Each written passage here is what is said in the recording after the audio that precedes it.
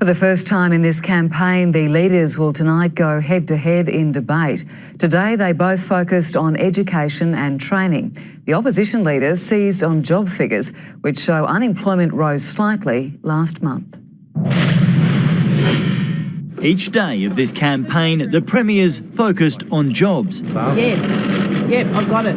Today's jobs figures show 12,600 more positions were created in Queensland last month. I've made it very clear I want to keep seeing an unemployment rate in this state with a 5 in front of it. But the seasonally adjusted unemployment rate lifted slightly to 6%. The second worst unemployment rate in the nation, the worst in mainland Australia, second only behind Tasmania. Both major parties talked skills and education today.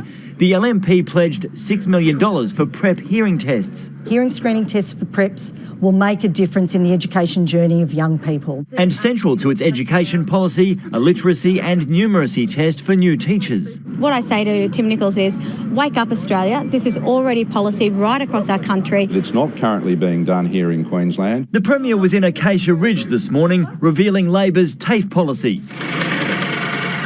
Labor says it wants to rebuild, claiming the LNP left the TAFE system in crisis. Today, the Premier announced an additional $89 million to redevelop 6 TAFE campuses across the state. They gutted TAFE. My government made a promise to save TAFE. With just over a week to go, a Reachtel poll now shows the LNP in front on a two-party preferred basis, 52 to 48%. Max Futcher, 7 News. And Patrick Condren, we're used to two leaders going head-to-head, but it'll be a bit different there tonight. Yeah, that's exactly right. The One Nation leader, Steve Dixon, has been asked to take part in this particular forum. Of course, he only had one MP himself in the old parliament, whereas Robbie Katter from Katter's Australian Party had 2 seats in the parliament and he hasn't been invited. Some other folk who haven't been invited are the crowd behind me. There's a vocal, small but perfectly formed group of protesters, 3 or 4 different, disparate groups.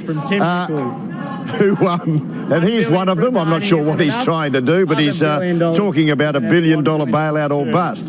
One of the things about this particular debate is that you can win it and it won't affect the election.